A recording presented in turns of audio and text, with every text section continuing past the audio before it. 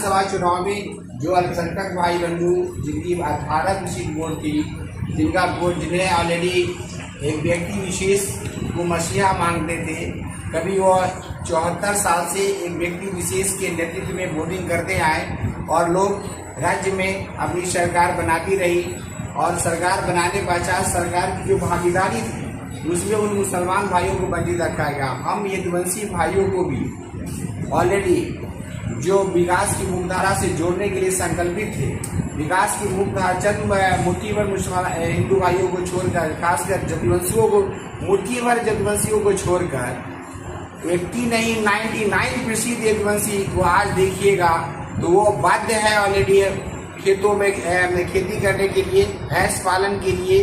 Already उनके आज रहने के लिए मकान नहीं है, पहनने के लिए वस्त्र नहीं है। उनकी स्थिति आदिवासियों से भी बदतर है। जिस लालू यादव ने ऑलरेडी विकास की मुख्यधारा से जोड़ने का कार्य किया, उन्होंने वादा किया, लेकिन विकास की मुख्यधारा से उनको न जोड़कर उन्हें ऑलरेडी फिर से पुरानी पौराणिक स्थितियों में लाकर खड़ा कर दिया।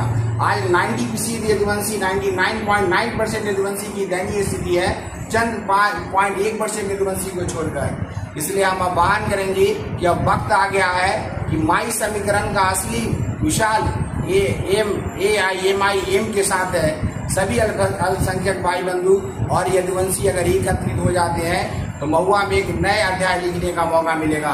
बाहरी को कदरने का मौका आ गया है। अब सभी बाहरी को यहाँ से जाना होगा, जो हमेशा आकर यहाँ के सभी मुसलमान भाई और यदुवंशियों और सभी वर्ग के वोटों का दुरुपयोग करते थे। ऑलरेडी वो सदन में जीत कर जाते थे, वादाएं करते थे, वादा पूर्ण करने की वजह पर वो केवल क्षेत्र को लूटने का कार्य किया। क्षेत्र की चौमुखी विकास होनी चाहिए। पुराना नगर पालिका था तो भी ये विकास की मुख्यधारा से कटा हुआ है।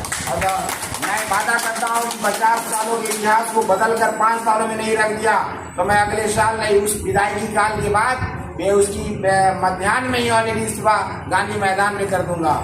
लेकिन अगर आप हम पर भरोसा करके यकीनन हमको सदन में भेजते हैं तो मैं महुआ के चौमुखी विकास को ऑलरेडी सदन तक लाने का कार्य करूंगा और इसके उत्तरोत्तर विकास के प्रति समर्पित भाव से विपरीत होकर कार्य करूंगा।